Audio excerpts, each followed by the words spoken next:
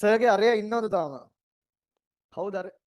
මං ඒලවල් කාලේ එක්කෙනා. නෑ.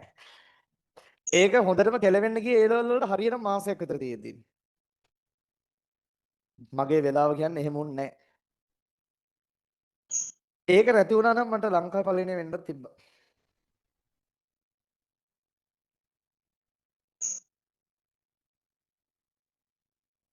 ඒ කියන්නේ එයා ඒ ගෑනම කියන්නේ වැරදිද නෑ වැරදි නෑ මම වැරදි. මම වැරදි. මොනවද වැරදි? බාහිර දේවල් වලට මනස යොමු කිරීම.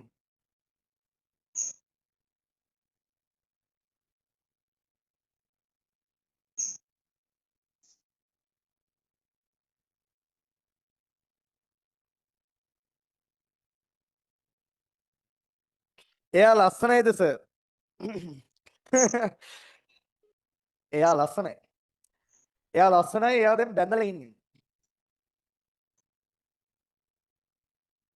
එයා බැඳ හරියටම 20යි 23 ඒ ලෙවල් ලියන අයට මාස 6ක් වගේ තියෙදි මට මතකයි මේ ඒක නැති වෙලා ඉතින් මම දැක්කෙම නෑ. ඒ ළමයා කැම්පස් ගියා. මමත් කැම්පස් ගියා. දෙන්නම කැම්පස් ගියා. එකපාරක් දැකලා තියෙනවා නුගේගොඩදී කැම්පස් එකේ මම යාළුවෙක් එක්ක යනකොට එයාගේ සෞන්දර්ය විශ්වවිද්‍යාලයට කලා හැකියාවන් තිබ්බයි ළමයාට. ඒකින්ද එක දවසක් සෞන්දර්ය විශ්වවිද්‍යාලය ගාමින් එනකොට මම නුගේගොඩදී දැක්කා. එයාත් මාව දැක්කා මමත් එයාව දැක්කා එච්චරයි. ඊට පස්සේ දැනට අවුරුදු දෙකකට විතර කලින් නේ 23 ඒලවල කියන්නේ. පාල 26 ඒලවලනේ 25 ඒලවල 20 දැනට අවුරුදු දෙකකට විතර කලින් මේ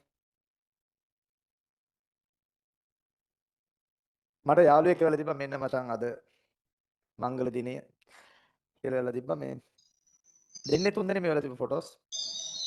දැන් ඉතින් කොහේ ඉන්නවද කියලා මම දන්නේ නැහැ.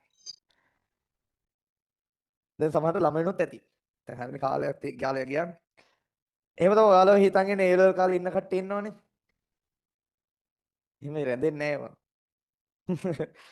මටත් අහිංසක මටත් එහෙම වුණා කියන්නේ. ඔයාට වෙන එක අහන්න දෙයක් නෙවෙයි.